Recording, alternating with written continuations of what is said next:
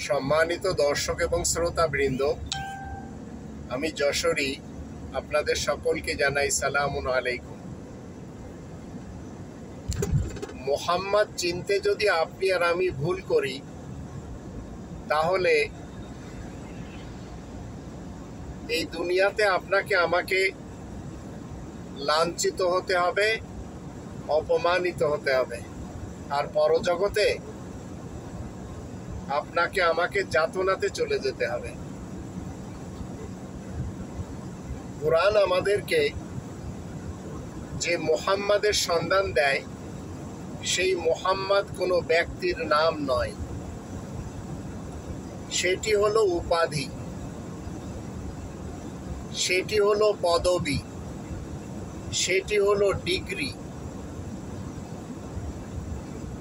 তাই সেটি যে কেউ অর্জন করতে পারে, আর এই অর্জন করার জন্য তাকে রব্বানি বিধান জানতে হয়। যেমন পাইলট একটি উপাধি, সেটি অর্জন করার জন্য পড়তে হয়, ডিগ্রি নিতে হয়, তারপরে বিমান চালানো যায়। ক্যাপ্টেন একটি উপাধি, সেটি অর্জন করার জন্য পড়তে হয়, তারপরে জাহাজ পানিতে চালানো যায়। ডাক্তার একটি উপাধি, সেটি অর্জন করার জন্য পড়তে হয়, তারপরে রোগী দেখা যায়। ঠিক তদ্রূপ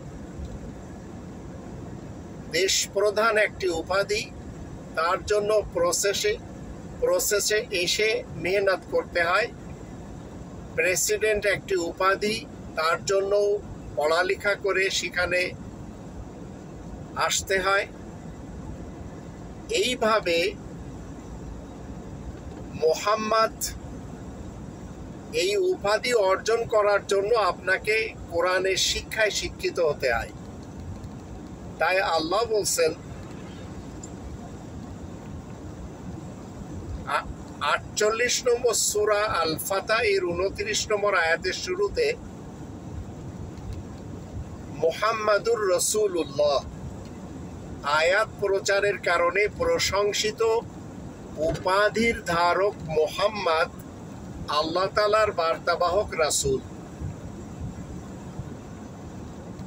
তাহলে মুহাম্মাদুর রাসূলুল্লাহ হতে গেলে আপনার কি করতে হচ্ছে? আয়াত জানতে হচ্ছে, তারপরে সেই আয়াত প্রচার করা লাগছে। যখন আপনি আয়াতকে তাবলীগ করবেন, তো আয়াতকে তাবলীগ করার অর্ডারটা দিচ্ছেন আল্লাহ, আর সেই অর্ডারটি যখন আপনি পালন করে চলেছেন, তখন আপনাকে আল্লাহ প্রশংসা করছেন, আপনাকে একটি ডিগ্রি দিচ্ছেন মুহাম্মদ। আর যখন আল্লাহ তাআলার অর্ডারটা আপনি শুনছেন,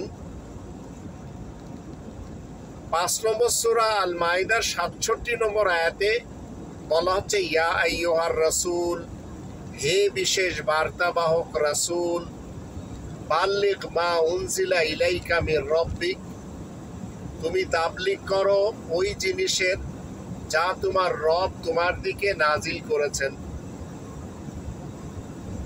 তো যখন আপনি আল্লাহ তাআলার বিশেষ বার্তাবাহক রাসূল হয়ে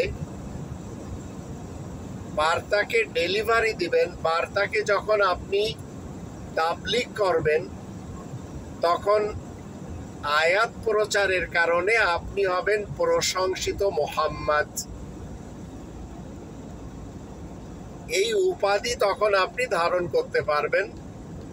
তাই আল্লাহ বলছেন মুহাম্মাদুর রাসূলুল্লাহ, আয়াত প্রচারের কারণে প্রশংসিত মুহাম্মদ আল্লাহ তাআলার বার্তাবাহক রাসূল।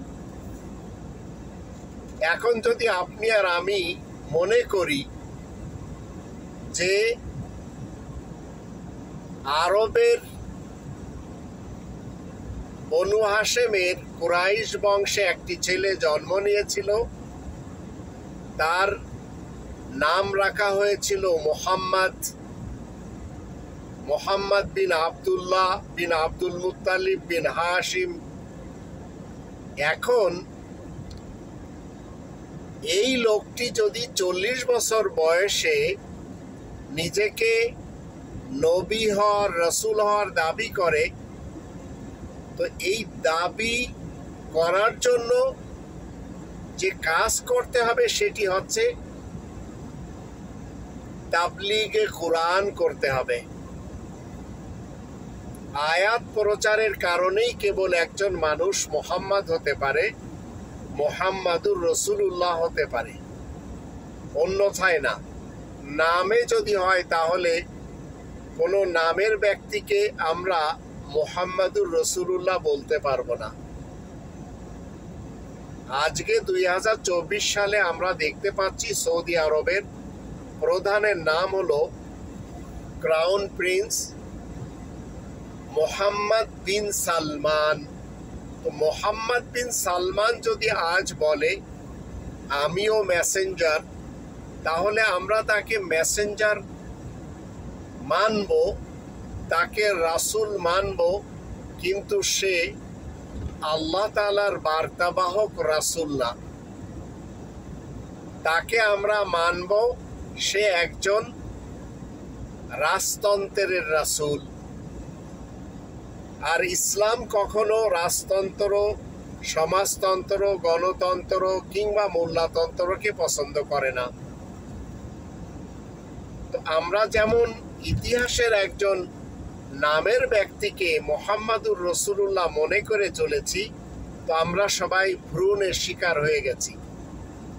যেমন ধরুন, নোমানের স্ত্রী হসপিটালে সন্তান জন্ম দিয়েছে।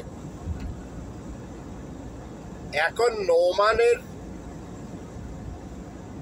স্ত্রী যখন সন্তান জন্ম দিল,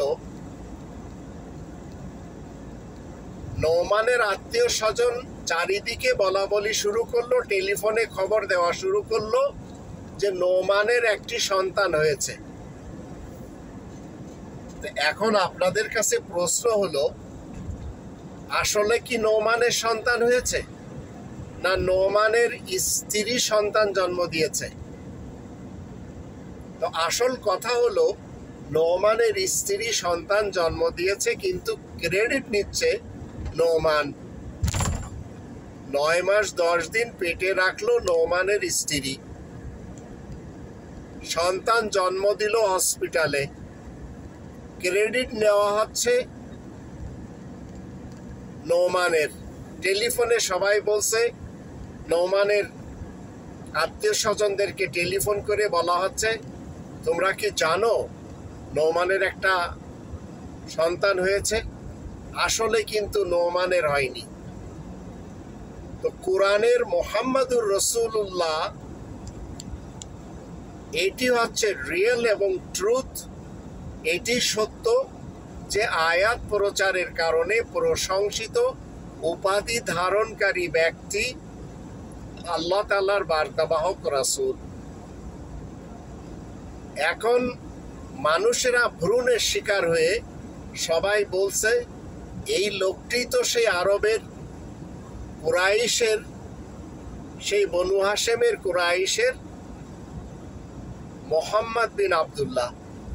তো এটি তো কখনো সম্ভব না যে নোমানের সন্তান হয়েছে। এটি হচ্ছে প্রচলন, কিন্তু সত্য কথা নোমানের স্ত্রীর একটি সন্তান হয়েছে। তো মুহাম্মাদুর রাসূলুল্লাহ এটি উপাধি। এটি যদি কারোর নাম হয়, তাহলে এইরকম একজন নাম আল্লাহ তাআলার ইসলামী কিংডমে কারোর ছিল না, কারোর নেই, কারোর হবেও না। আরবের যে লোকটিকে আমরা বলে চলেছি ভ্রূণের শিকার হয়ে, সেই লোকটির নাম হচ্ছে মুহাম্মদ ইবনে আব্দুল্লাহ ইবনে আব্দুল মুত্তালিব ইবনে হাশিম। কিন্তু তাকে মুহাম্মাদুর রাসূলুল্লাহ বলা ঠিক সেই রকম অন্যায় যেমন নোমানের সন্তান হয়েছে এটি বলা অন্যায়।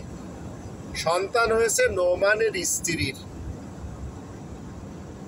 তো কোরআনের মুহাম্মাদুর রাসূলুল্লাহ এই উপাধি যে কেউ ধারণ করতে পারে, তবে এর জন্য তাকে শিক্ষিত হতে হবে, তাকে কোরআন জানতে হবে। কোরআনের যে 5টি দাবি রয়েছে, এই 5টি দাবির উপরে তাকে উপনীত হতে হবে। প্রথমে 1 নম্বর দাবি, কোরআনকে 100% বিশ্বাস করতে হবে। 2 নম্বর দাবি, কোরআনের ভাষায় কোরআনকে শিখতে হবে। 3 নম্বর দাবি, মাতৃভাষায় কোরআনকে জানতে হবে। 4 নম্বর দাবি, কোরআন মতে জীবন কাটাতে হবে। আর 5 নম্বর দাবি হলো কোরআনের তাবলীগ করতে হবে।